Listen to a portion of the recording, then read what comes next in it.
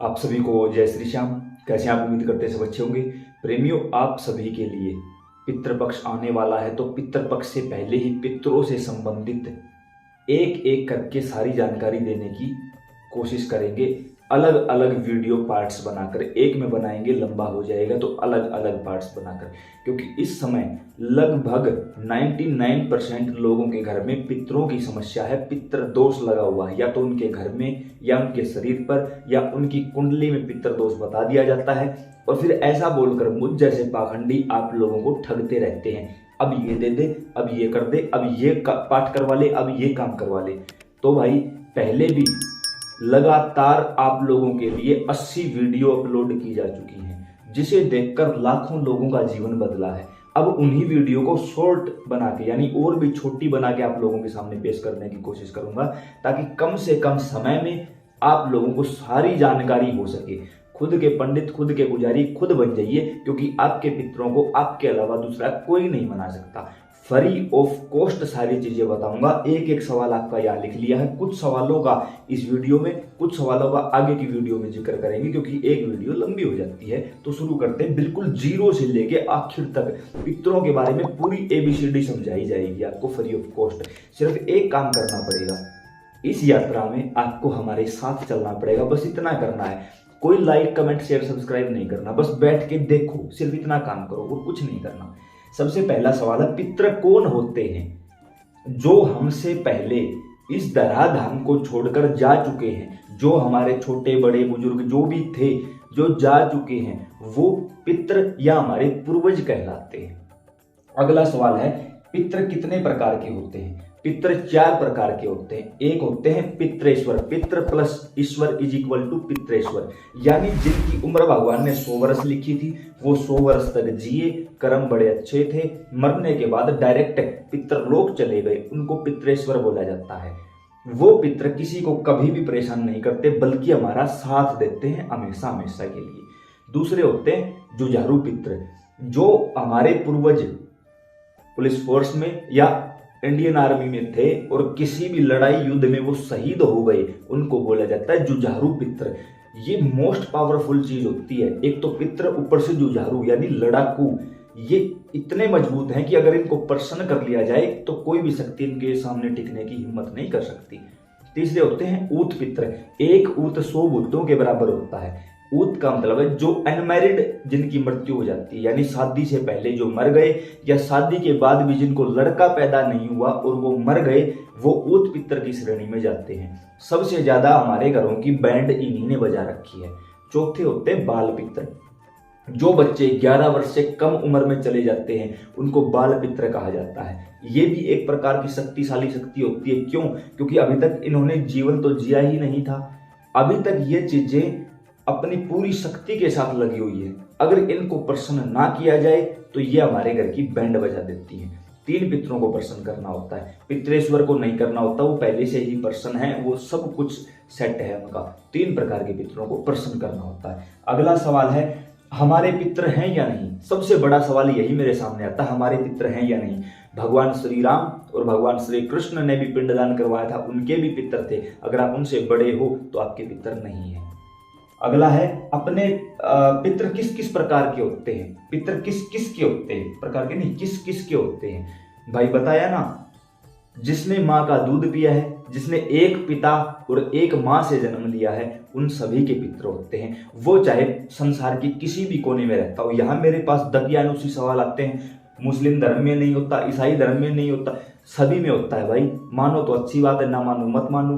वो तो अपनी बहन के साथ भी शादी कर लेते हैं, आप लोग करके देख लो। जब हमारे पूर्वज प्रभु श्री राम और श्री कृष्ण भगवान ने ये काम किया है, तो क्या हम उनसे अलग हैं? थोड़ा सा सोच के देखो। अगला सवाल है, अपने पितरों का पता कैसे करें? मोस्ट इंपोर्टेंट, अपने पितरों का पता कैसे करें? सबसे पहले तो अपने ही घर के बुजुर्गों से पूछो कि हम किस पितर की पूजा करते आ रहे हैं। अब यहाँ विडंबना ये है, महिलाएं मिलती है वो बोलती मेरी सास को ही नहीं पता, पुरुष मिलते हैं वो बोलते हैं कभी मेरे बाप दादाओं ने मुझे नहीं बताया। बताएंगे कैसे? उनको भी नहीं पता था, और आज घर की बैंड बज चुकी है। ऐसे में या तो अपने बुजुर्गों से पूछो, अगर वो बता देते हैं बड़ी अच्छी बात है, नहीं बताते तो आसपास कोई ऐसा व्यक्ति देखो जो चौकी दरबार लगाता हो उसके पास चले जाओ, वो भी आपको सिर्फ हिंट दे सकता है। वो ये नहीं बता सकता कि आपका पितर कौन है, क्या उनका नाम है, वो सिर्फ हिंट दे सकता है, भाई मुझे ऐसा आदमी दिखाई दे रहा है, ये देख ले कौन हो सकता है। क्यों? क्योंकि पितर घर के राजा होते हैं और अपने घर की कोई भी खुफिया जानकारी वो बाहर शेयर नहीं करना चाहते। इसीलिए मैंने वीडियो की शुरुआत में कहा था कि आपके पितरों को आप मना सकते हो, कोई दूसरा नहीं मना सकता। दो चीज। तीसरी चीज, मान के चलो यहां से भी आपको नहीं पता चला तो तीसरा एक्सपेरिमेंट जो मैंने एक नहीं काफी सारे लोगों पर प्रयोग किया है और वो सक्सेसफुल रहा है। क्या करना? किसी भी दिन किसी भी समय 11 रुपए लो, अपने घर के किसी भी ऐसे स्थान पर बैठ जाओ जो पवित्र हो। घर के मंदिर में बिल्कुल भी नहीं बैठना है, ये बात याद रहे। बैठकर अपने हाथ में जल लो, राइट हैंड में जल लोगे और बोलोगे, हे मेरे सच्चे व अच्छे पितरों, मेरा नाम ये है, मेरे पिता का नाम ये है। अनमैरिड लड़की ये काम नहीं कर सकती, विशेषकर महिलाएं ना करें तो बड़ी अच्छी बात है, पुरुष करें ये काम तो जल्दी फलीभूत होगा। फिर भी जिन घरों में मतलब मुझे ये चीजें फेस करनी पड़ जाती है कि हमारे पुरुष इन बातों को नहीं मानते, हमारे यहाँ पुरुष रहते ही नहीं, वो तो बाहर रहते हैं, विदेश रहते ही, फिर महिला कर सकती है। मेरा नाम ये है, मेरे पिता का नाम ये है, महिला है तो पति का नाम बोलेगी, गोत्र ये है, इस जगह के स्थायी निवासी हैं, कुल देवता ये है, कुल देवी ये है। अब विडंबना की बात ये, हमें कुल देवी कुल देवता का भी नहीं पता, डूब मरो कहीं यार, अपने आप को मॉडर्न बताते हो, क्या यही है? छोड़ो इस विषय को। ये है, इस समय तक हमें अपने पितरों के बारे में कुछ भी नहीं पता। तो जो पित्र हमारे कारण परेशान है या हम जिस पितर के कारण परेशान हैं, वो हमें सपने के माध्यम से दर्शन दे और हमारा मार्गदर्शन करे। हम आपकी सेवा करना चाहते हैं और आपके नाम के 11 रुपए हमने रख दिए हैं। अमावस्या से पहले पहले हमें दर्शन दीजिए कि आप कौन हो, ताकि हम आपकी सेवा कर सकें। जल को नीचे की ओर छोड़ दो। अब उन 11 रुपए का घर में जितने भी सदस्य हैं सभी को हाथ लगाओ, सभी का एक एक बार हाथ लगवाओ उन 11 रुपए से। पता नहीं किसके सौपन में पितर आ जाए। फिर उनकी पूरे घर में परिक्रमा दो, सिर्फ एक परिक्रमा लगानी है, क्लॉकवाइज सीधी परिक्रमा। फिर उन 11 रुपए को उठाकर ऐसे स्थान पे रख दो जहां कोई उनको छू ना सके। अमावस्या से पहले पहले आपको 99% सौपन के माध्यम से दर्शन हो जाएंगे। जब हमने यही कार्य और लोगों से करवाया तो बाद में उन लोगों ने मुझे बताया कि हाँ, पितरों ने हमें संकेत तो दिए थे, हम समझे ही नहीं।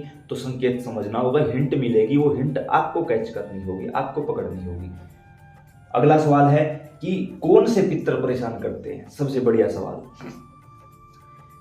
जो पितर, जो अभी हमने थोड़ी देर पहले जिक्र किया था कि ऊत पितर, एक ऊत 100 भूतों के बराबर होता है, इतनी शक्ति होती है उसके अंदर। यानी जो अनमैरिड गए हैं लगभग वो पितर आपको परेशान करेंगे, बाकी पितर आपको परेशान करते हुए नहीं मिलेंगे। लगभग, बाकी कर सकते हैं और भी, लेकिन लगभग 95% केवल ऊत पितर परेशान करते हैं, 5% बाल पितर परेशान करते हैं। तो इसमें आप देखो कि आपके घर में कोई छोटी उम्र में कौन गया है। विशेषकर कुछ लोगों को पता ही नहीं होता, क्योंकि किसी के यहाँ 1 साल का बच्चा, 1.5 साल का बच्चा चला गया, लेकिन माँ बाप ने उनको बताया ही नहीं कि हमारे यहाँ कोई ऐसा भी गया हुआ है। जब तक उनका पिंडदान तर्पण नहीं होगा वो शांत नहीं होंगे, और जब तक वो शांत नहीं होंगे तो वो बैंड बजा के रख देंगे भाई। क्यों? मान के चलो किसी की उम्र लिख दी 100 वर्ष और वो 10 वर्ष की उम्र में चला गया, बचे हुए 90 वर्ष वो आपके घर में गुजारेगा। प्यार से उसका साल में एक बार श्राद्ध करते रहोगे, वो कुछ बोलेगा नहीं, नहीं करोगे वो बैंड बजा के रख देगा। फिर जगह जगह बाबा जी क्या कर लेंगे भाई? कोई मनाने वाला नहीं है। आपके घर के पितरों को आप मनाओगे। अगला है किन पितरों का स्थान बनाना है। आपने देखा होगा हरियाणा, राजस्थान, दिल्ली और उत्तर प्रदेश, यहाँ खेतों की तरफ आप जाओगे तो आपने देखा होगा स्थान बने हुए हैं। कुछ लोग बोलते हैं स्थान बनाना गलत है, लेकिन भाई कुछ पितर अपना स्थान मांग लेते हैं, स्थान दो भाई हमें। स्थान मांगते हैं अनमैरिड पितर। क्यों? क्योंकि उनकी ही जमीन थी, उनका ही घर मकान था, वो चले गए, उनकी तो कोई औलाद थी नहीं। अब उनके जो चाचा ताऊ के बच्चे थे जिनके हिस्से वो जमीन आई है, उनसे वो अपना स्थान मांगते हैं, भाई मेरा स्थान दे, मेरी पूजा कर, क्योंकि मैं पितर दोष से मुक्त कैसे होऊंगा, क्योंकि अनमैरिड गया हूं। अब यह पितर दोष कैसे लगा? 3 ऋण बताए हैं, देव ऋण, ऋषि ऋण, पितर ऋण। देव ऋण देवताओं का, जो हवा चलती है, सूर्योदय होता है, ये देवताओं का ऋण है, कोई बिल थोड़ी लिया जाता है हमसे। नहीं लिया जाता। तो जब हम सूर्य को जल देते हैं, मंदिरों में जाते हैं, पूजा पाठ करते हैं, तो देवताओं का ऋण चुका दिया। फिर आता ऋषि ऋण, जिन संतों ने हमें वेद पुराण ग्रंथ उपनिषद दिए हैं उनका ऋण। जब हम साधु संतों की सेवा करते हैं, हवन करते हैं, तो संतों का ऋण चुकाया जाता है। तीसरा आता पितृ ऋण, यानी पितरों का ऋण। हमारे यहाँ कहा जाता है ना कि बाबा एक लड़का दे दे। लड़का क्यों मांगा जाता है? इसलिए नहीं कि वो मेरा नाम करेगा, ना ना ना, मेरे परिवार को चलाएगा, बिल्कुल भी नहीं। इसका मतलब होता है कि जब एक लड़का पैदा हो जाता है तो वो पिता अपने पितृ ऋण से मुक्त हो जाता है। क्यों? क्योंकि उसके बाद भी पितरों को जल देने वाला कोई पृथ्वी पर आ चुका है। तो इसलिए पितरों से या अपने देवी देवताओं से लड़का मांगा जाता है। और जो अनमैरिड चले गए उनकी तो कोई संतान बची ही नहीं, या फिर जो लड़की पैदा करके चले गए, क्योंकि लड़की को दूसरे घर जाना होता है शादी के बाद, वो उस घर की वंश बेल को आगे बढ़ाएगी, तो उसका यहाँ अब कुछ नहीं बचा। तो ऐसे में जो अनमैरिड पितृ होते हैं उनका स्थान बनाया जाता है और वही सबसे ज्यादा परेशान करते हैं। 11 मिनट की वीडियो हो चुकी है। उम्मीद करता हूं ये इतने 7-8 सवाल जो हमने लिए हैं वो आपको समझ भी आए होंगे, पसंद भी आए होंगे। अब लगे कि जानकारी शेयर करने लायक है तो व्हाट्सएप पर स्टेटस लगा लेना, फेसबुक पर शेयर कर देना, अपने लोगों को पास बैठा के दिखाना। घर में 5 सदस्य हो तो 5 फोन में मत चलाना, एक ही फोन में चला के बैठ जाओ। आज आप सुधरोगे तब आने वाली पीढ़ी बदलेगी। और अगर नौजवान साथी देख रहे हैं तो अपने माँ बाप को दिखाओ, ये चीजें पास बैठा के दिखाओ और उनसे सवाल करो। आगे की सवाल और भी ज्यादा लिख रखे हैं हमने यहाँ पे, चिंता मत करो, पूरी ABCD समझाई जाएगी पितरों के बारे में और फ्री ऑफ कॉस्ट सब कुछ करके दिखाऊंगा घर बैठे बैठे। लेकिन एक साथ देना पड़ेगा आपको, इस पूरी यात्रा में हमारे साथ चलना पड़ेगा, बस, और दूसरा कोई रास्ता नहीं है। तो आगे की वीडियो के लिए इसी YouTube चैनल पर बने रहिए, अपना प्यार प्रेम आशीर्वाद बनाए रखिए। और हो सकता है आप बाद में इस वीडियो को देख रहे हो और इसका अगला पार्ट आ भी चुका हो, तो एक बार इस चैनल को विजिट कर लीजिए।